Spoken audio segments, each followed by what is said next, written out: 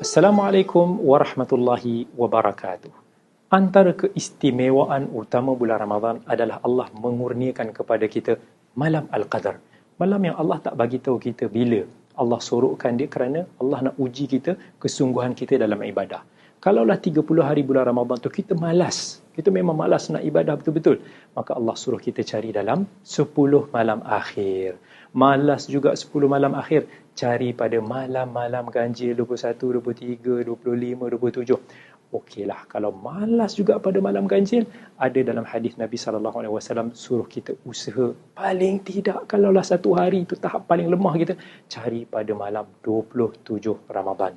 Moga-moga Allah temukan kita dengan malam Al-Qadar, malam yang lebih baik daripada 1000 bulan. Kehidupan lebih baik bersama